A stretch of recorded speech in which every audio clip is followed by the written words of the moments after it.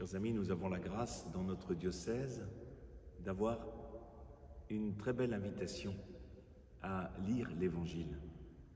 Une invitation qui est portée depuis déjà une quinzaine d'années, qui a été une des insistances, des orientations du diocèse de Créteil et qui s'est formalisée par la constitution de petites fraternités qui s'appellent des maisons d'évangile.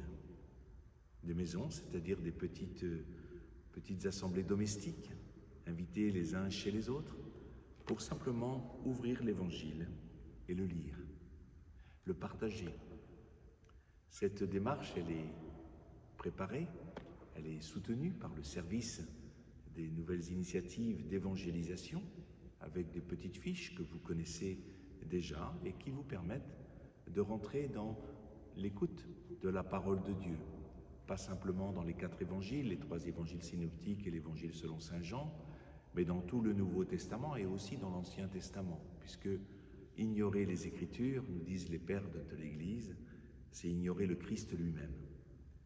Donc par cette petite vidéo, je voudrais vous encourager vraiment à prendre du temps pour écouter cette parole, qu'elle puisse rejoindre le fond de votre cœur et que vous puissiez faire l'expérience des croyants qui lisent l'Écriture pour entendre la parole de Dieu, que vous puissiez faire l'expérience de cette parole qui est agissante dans vos cœurs et qui vous invite à la pratique, à la conversion, qui vous invite à cette profonde intimité avec le Seigneur, de vous disposer à le reconnaître comme celui qui vous parle, comme un ami parle à un ami.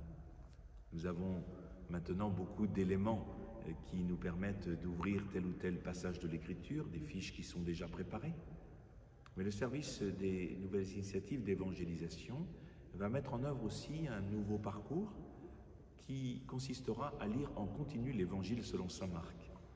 Je vous invite aussi à vous y rendre attentif, peut-être à décider de vous engager dans cette lecture continue d'un Évangile. C'est toujours une très belle expérience. Pourquoi l'Évangile selon saint Marc? Simplement parce que c'est l'Évangile de la nouvelle année liturgique qui s'ouvre. Je vous souhaite vraiment de vous asseoir, d'éprouver cette joie à entendre la parole de Dieu en lisant l'Écriture et d'inviter nombreux vos amis, vos proches à pouvoir participer à ces moments où tout simplement vous vous asseyez avec l'Écriture au milieu de vous et le partage entre frères et sœurs de ce que ce passage d'Écriture vous inspire et ouvre en votre vie. Bonne pratique, élargissez cette pratique, soyez vraiment des lecteurs assidus et des auditeurs fidèles de la parole de Dieu.